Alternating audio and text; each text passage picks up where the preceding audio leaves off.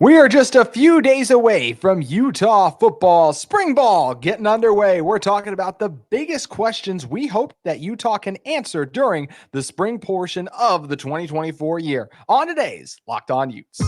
You are Locked On Utes, your daily podcast on the Utah Utes, part of the Locked On Podcast Network. Your team every day.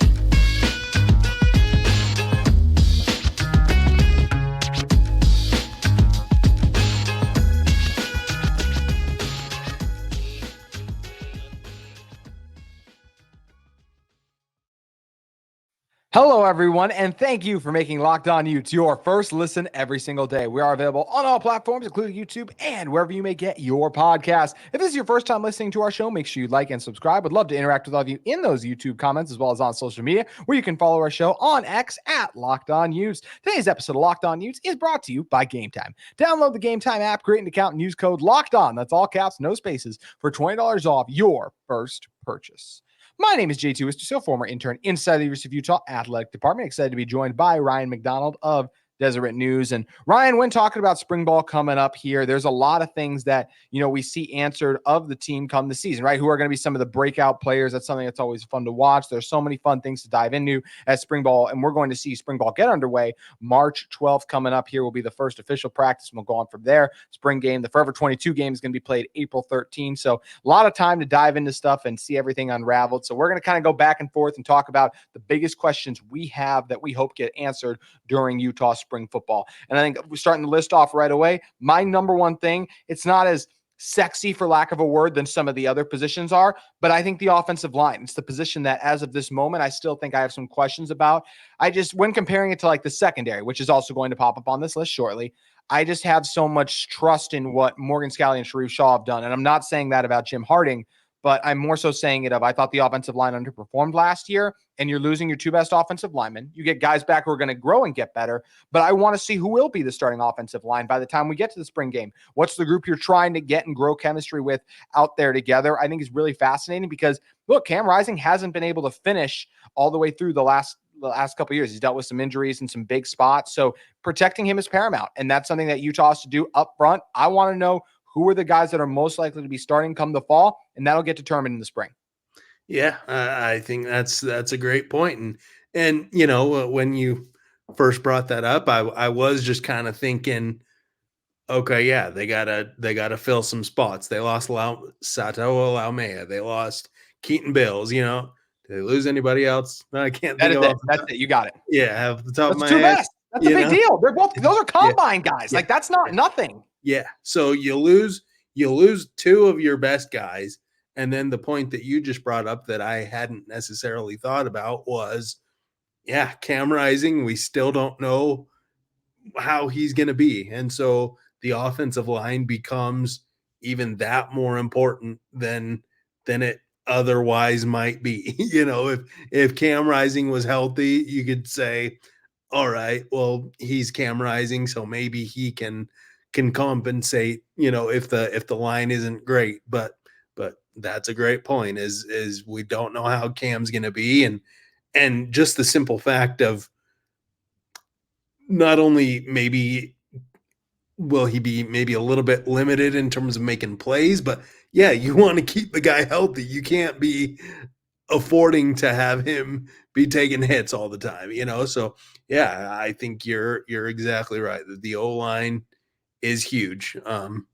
Literally and figuratively, and there's some big boys up there, but in terms of how important, everybody says games are won and lost on the O-line, and so I think you're exactly right in terms of needing to figure that out and making sure that they have guys up there who are suitable as a pack. No, Big 12. They're starting in the Big 12. So weird to say it is. It is weird. Suitable Big 12 linemen. They got to figure it out. Yep.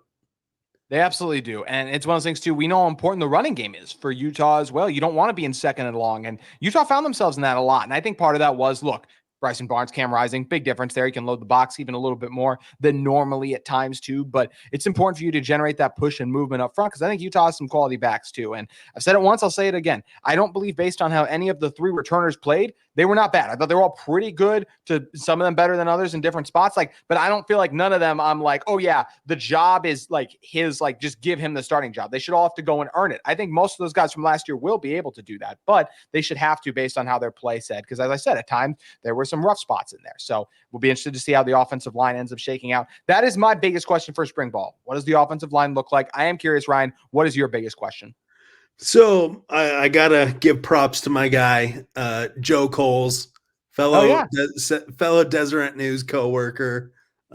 He's been covering the Utes for us for a while. Maybe he'll become a friend of the program at some point. But he wrote, and I'll plug it. He wrote last week 4 storylines entering Utah spring camp, and so I'm a little bit borrowing from him about a bit. Shout out my guy Joe Coles, but the first thing that he talked about was the backup quarterback race, and I think that's big. I'll lay out what he said, and then you can go where you think you want to go. Backup quarterback, safety, and running back. So, yeah, maybe I'll piggyback off your running back thoughts that you had there. Mekhi Bernard,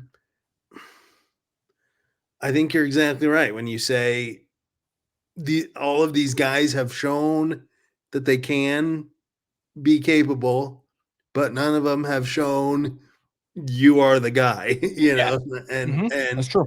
And so Mekhi Bernard, he's kind of always been a supplementary running back, and he had that injury. Yeah, he had that injury that kept him out for a lot of last season, and so you don't know what he's going to be like, coming back, but he's probably their number one back, I would think, and then right now he is, for sure. And then Jalen Glover, probably Anthony Woods, Idaho transfer, is going to be right in there after what he did too. Be an interesting group. Yeah, so it's a solid group, but yeah, like you said a minute ago, I'm not sure there's a guy right now who you can say this guy's gonna be our bell cow.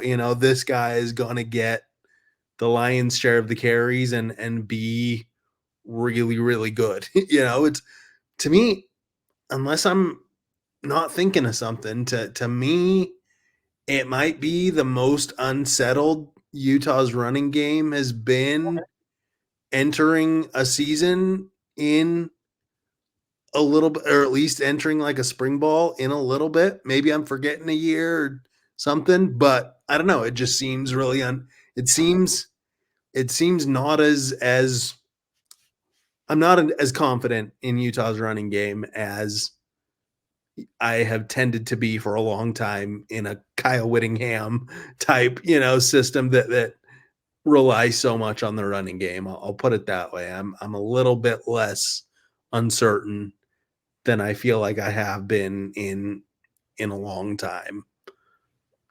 So we'll see. Yeah, I think there's definitely reason for that. You said a lot there that I'm really excited to react to, all of it, including your thoughts on this. Like you said, you mentioned the secondary potentially. How big of a need is that? The running backs feeling unsettled on it. So much meat I want to unpack in all the statements you just laid out there. But first, have to talk to you guys about one of the sponsors of today's episode of Locked On Utes, in our friends at Amazon Fire TV. Fire TV is your destination for sports. From live games to highlights to in-depth analysis, Fire TV offers amazing viewing experiences with smart TVs, as well as Fire Sticks TVs that you can plug into your existing TV that provides access to millions of movies and TV episodes, as well as free and live TV. Whether you're into opening weekend for baseball or the college basketball tournament's about to get underway in conference fashion, you got to have a Fire TV. Fire TV recently created the Fire TV channel to deliver constant supply of the latest videos from your favorite sports brands, all for free. That includes all of us at Locked On and most of the big pro leagues and college conferences as well. Fire TV channels lets you dive into all of the game analysis, highlights, and more. You can keep up to date on the latest in the world of sports, from March Madness to the NBA to MLB and so much more. Not to mention there's great news channels, entertainment, gaming, traveling, cooking videos, as well as so much more. So make sure you check out Fire TV channels on Fire TV and Alexa devices. If you haven't checked out Fire TV channels, you should. Trust me on this. To learn more, visit www.amazon.com/LockedOnFireTV. Also want to talk to all of you about another sponsor of our episode of Locked On Utes, our great friends at Gametime.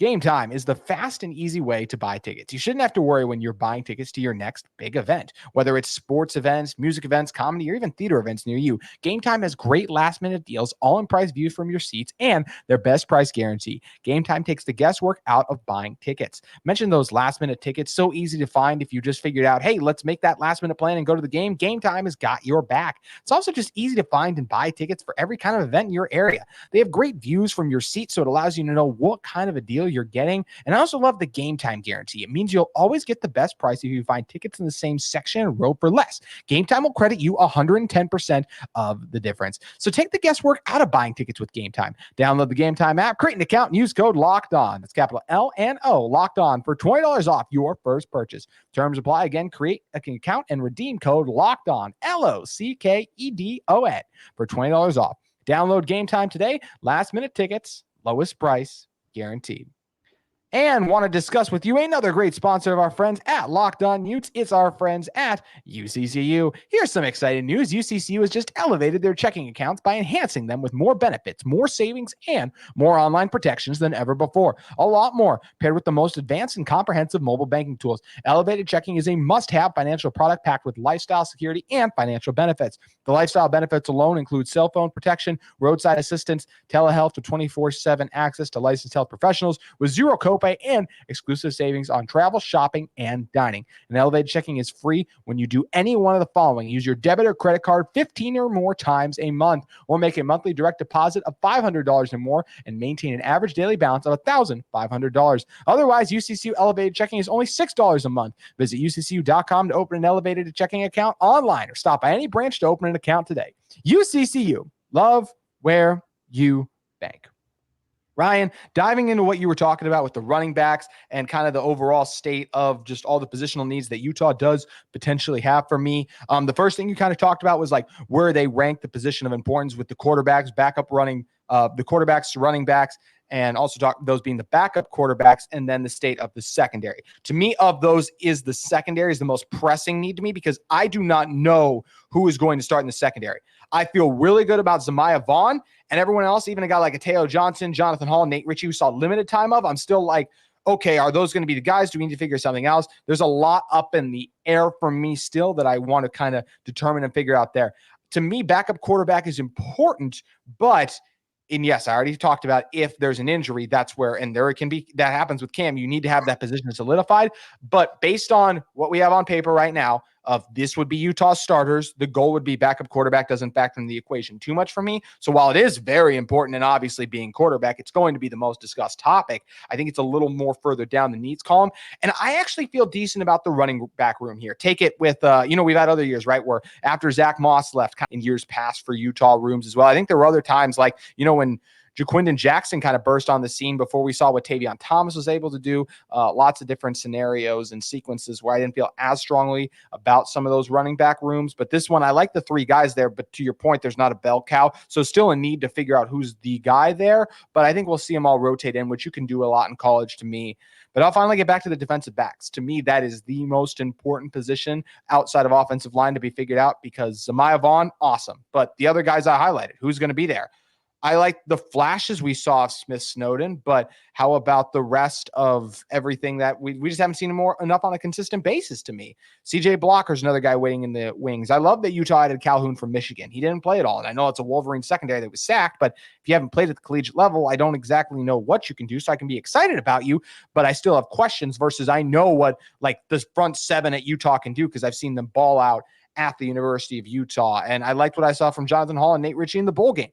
That's one bowl game against a Northwestern passing attack that it was okay. It's solid, but not like, Utah's going to face Shedeur Sanders next year. You're going to face Fafita and everything Arizona can throw at you too. So to me, the second biggest question I have is who are going to be the guys starting in the secondary outside of Zamiah Vaughn, because there's just not a lot of guys there who have played a ton of reps as University of Utah defensive backs. Yeah. And obviously they lost a lot of guys to the draft, which is why they're in the predicament that they're in. I think with the secondary, I think maybe Sione Vaki leaving might have surprised, been a bit of a surprise, even though he had a really good year, and that probably made some sense for him to go. especially with his whole two-way play deal, that might have made sense for him to go to the draft, but you knew Cole Bishop was probably going to be gone. I mean, that probably would have been a surprise if he decided to come back. So yeah, you're losing two really good guys there at safety. And, the secondary is in a tough spot. I've said it before. I do trust Morgan Scally. That's and Sharif Shaw. Yes. Obviously Fantastic. Sharif Shaw is back there with those guys more specifically. And I trust those guys. So that gives me confidence that they can figure things out. But you're right that it's certainly a bunch of guys who are unproven. Nate Ritchie, they were really excited about him coming out of high school, but we all know that high school and college are two completely different worlds, in terms of quality. It's been a long time since he did what Nate Ritchie did in those first couple of years, like just off his mission. Yeah, he was awesome back in 2020 with Utah, but that was a long time ago. Got better as the season wore on, but I want to see it over a full season again, which I think is understandable. Yep, exactly. And Teo Johnson, I think has done a little bit, but yeah, can he handle a big major key role? Smith Snowden, another guy who people were really excited about him coming out of high school, but can he rise to the occasion and be a starter quality guy? And so yeah, I think your point is extremely well taken in terms of they gotta figure it out, and especially your point about there are some really good quarterbacks in the Big 12, and I think some pass happy situations in the Pac-12, or Big 12. Man, that's going to be tough. It's wow, it's all good. Some really good passing offenses in the Big 12. You got Texas. I mean, so secondary, I think you're exactly right. I do feel good about the front seven, which helps, but yeah, still they got to be at least solid back there. Otherwise things could be tough.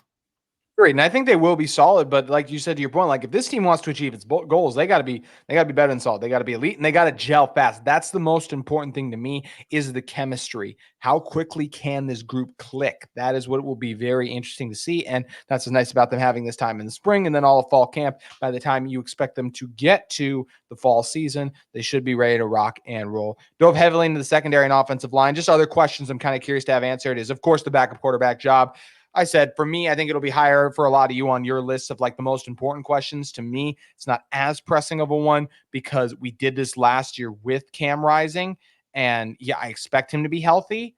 If he's not, obviously it raises up the things. But like, I know that the offensive line, I don't know who's going to be out there. I know if Cam's healthy, he's going to be out there, and I expect him to be healthy. So it's not going to be as high a need as offensive line and secondary, where I currently don't know what those units look like. Also, how will the transfers look? So much talent that Utah's bringing in there that who's going to be the guy who pops? And speaking of a guy who just pops, is who will surprise us? Last year, Brandon Rose was kind of the breakout star. 2 years ago, Devon Vele was the guy. So like, who's going to be like, man, turning heads in spring ball? I think that's, so it's always fun and interesting to see how that will end up playing out. And yes, there will be a little bit of interest just in terms of how much a Cam and Brant Keithy play, but I expect those guys to be ready to rock and roll come the time fall camp is going. They should be mostly participating in all of spring ball too, but so that's not a major thing to me. Is there anything we haven't mentioned yet, Ryan? That's still a big question for you about spring ball? Let's see. I'm going to just run through my guy, Joe Coles. Follow him on Twitter, Joe A. Coles.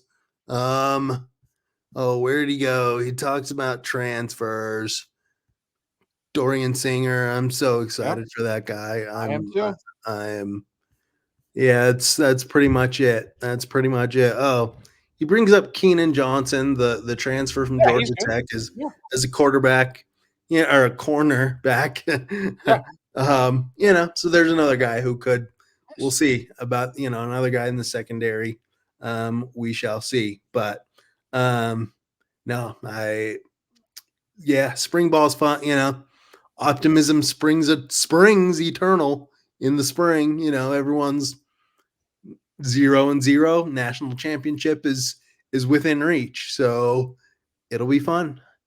Lots of potential. Everything's still in the air. The optimism at an all-time high for the 2024 season, even more so than fall camp in some ways, because, this is the first we've seen of these rosters get taken shape. Some teams will get excited about guys and then they'll transfer. I don't expect that to be the case from Utah, at least the guys who are supposed to play, because of Utah's ability to achieve the lofty goals they've set, but still a lot to be played out. So going to be fun to see how it all takes shape come the spring.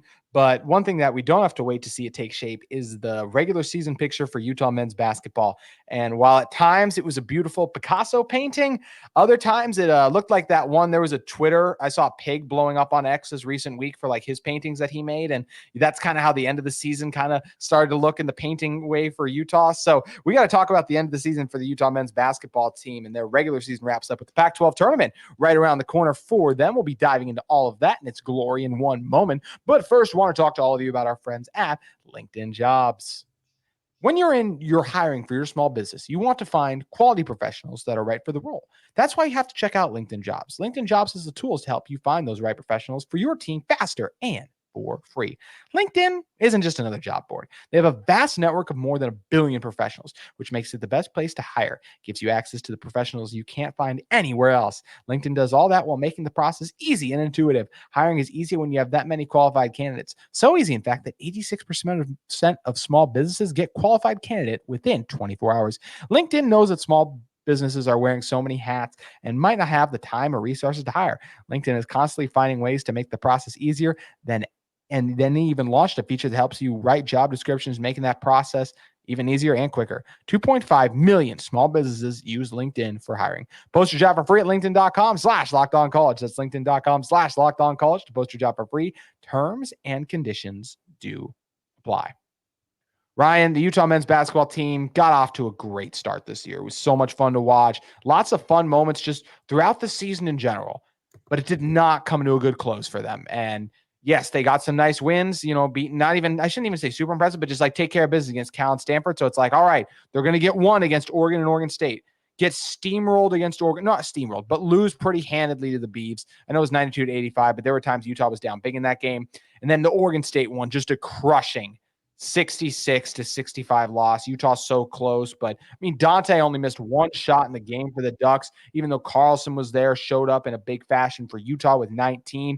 Utah just got decimated points in the paint. Ducks outscoring them 16 down low. And, Joe Lenardi put out his latest bracketology. Utah is not just in first 4 out. They're not last 4 out. They're not even listed on the graphic anymore because of what a disappointing trip up to Oregon it was for Utah.